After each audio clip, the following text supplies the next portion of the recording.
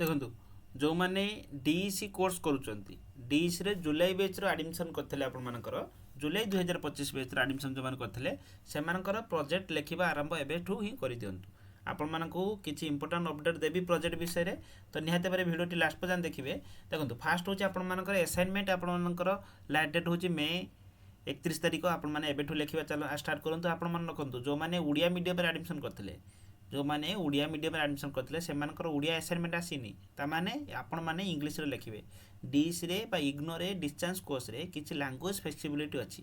ଆପଣ ଯେଉଁ ମିଡ଼ିୟମରେ ଆଡ଼ମିସନ୍ କରିଥାନ୍ତୁ, ଆପଣ ଯେଉଁ ମିଡ଼ିୟମ ଚାହିଁଲେ ଆପଣ ଆସାଇନମେଣ୍ଟ ଲେଖି, ଆପଣ ଇଂଲିଶ ମିଡ଼ିୟମରେ ଏବେ ଆସାଇନମେଣ୍ଟ ଲେଖିବେ, ପ୍ରୋଜେକ୍ଟ ଲେଖିବେ, ଏକ୍ଜାମ୍ ଚାହିଁଲେ ଓଡ଼ିଆ ମିଡ଼ିୟମ ଦେଇପାରିବେ। Doubt clear?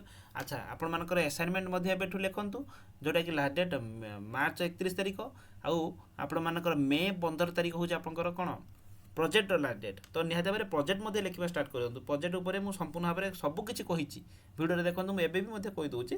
ଯେତେବେଳେ ଆପଣ ଅନିଲ ଏଜୁକେସନାଲ ୟୁଟ୍ୟୁବ୍ ଯିବେ, ଭିଡ଼ିଓ ସର୍ଟ ଏଇ ଯେଉଁ ପ୍ଲେଲିଷ୍ଟ ଥିବ, ସେ ପ୍ଲେଲିଷ୍ଟ ଗଲା ପରେ ଦେଖନ୍ତୁ ଇଗ୍ନୋ ପ୍ରୋଜେକ୍ଟ ଦେଖନ୍ତୁ 2025 30ଟା 33ଟା ଭିଡ଼ିଓ ଅଛି, ପୁରା ଡିଟେଲ୍ସ କହି ସେ ଭିଡ଼ିଓ ଗୁଡ଼ା ସବୁ ଦେଖିବେ। ପ୍ରୋଜେକ୍ଟ କେମିତି ଲେଖିବେ ନା, ଦେଖନ୍ତୁ ଯେଉଁଭଳି ଭାବରେ ପ୍ରୋଜେକ୍ଟ ଆପଣଙ୍କ ଯେଉଁଭଳି ଭାବରେ ଅଛି ଆପଣ ଦେଖିପାରୁଥିବେ।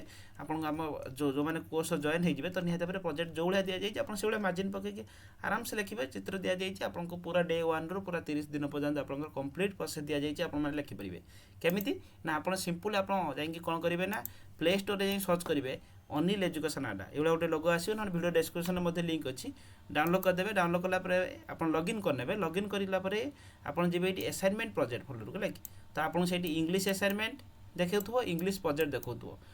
ଇଂଲିଶ ଆସାଇନମେଣ୍ଟ 334 ଟଙ୍କାର 3ଟା ଆସାଇନମେଣ୍ଟ ପାଇଯିବେ, ଆଉ ପ୍ରୋଜେକ୍ଟ ମଧ୍ୟ 799 ଟଙ୍କାର ପୁରା ପ୍ରୋଜେକ୍ଟ ପାଇଯିବେ। ବହୁତ ଗୁଡ଼ିଏ ପ୍ରୋଜେକ୍ଟ ଅଛି, ଆପଣ ଦେଖିକି ନିଜେ ଲେଖିବେ। ତ ଜଏନ୍ ହେଇଯାଆନ୍ତୁ, ପେମେଣ୍ଟ କରିକି ଜଏନ୍ ହେଇଯିବେ। ଜଏନ୍ ହେବାରେ ଯଦି କିଛି ପ୍ରୋବ୍ଲେମ୍ ହେଉଛି ତାହେଲେ ଏଇ ନମ୍ବର ହ୍ୱାଟ୍ସଆପ୍ରେ ଆମକୁ ମେସେଜ୍ କରିଦେବେ। କଲ୍ କଲେ ଆମେ ଉଠାଇ ପାରୁନୁ।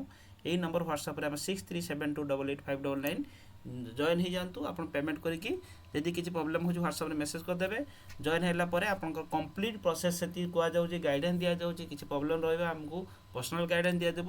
ତ ନିହାତି ଭାବେ ଜଏନ୍ ହେଇକି ଏବେଠୁ ହିଁ ପ୍ରୋଜେକ୍ଟ ଲେଖିବା ଆରମ୍ଭ କରନ୍ତୁ, ନହେଲେ ଆପଣ ସମୟ ଭିତରେ ସାରିପାରିବେ ନାହିଁ।